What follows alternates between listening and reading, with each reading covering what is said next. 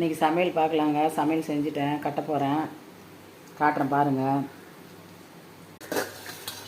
சுட சுட சாதம்,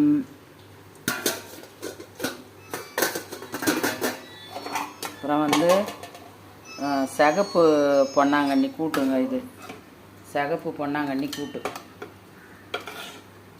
சிகப்பு பொன்னாங்கண்ணி கூட்டுங்க. இது நல்லா சிறுபருப்பு கொஞ்சம், துவரம்பருப்பு கொஞ்சம் போட்டு செஞ்சுருக்கேன் பாருங்கள், சூப்பராக இருக்குது.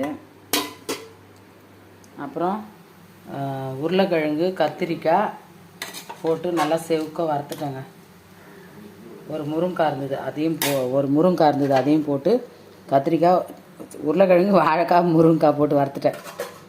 கத்திரிக்காய் இல்லைங்க. அப்புறம் வத்தல் வறுத்து வச்சுருக்கேன். அவ்வளோதாங்க எங்கள் வீட்டில் சமையல். வாங்க சாப்பிட்லாம். இந்த வீடியோ பிடிச்சிருந்தா லைக் பண்ணுங்கள், ஷேர் பண்ணுங்கள், கமெண்ட் பண்ணுங்கள்.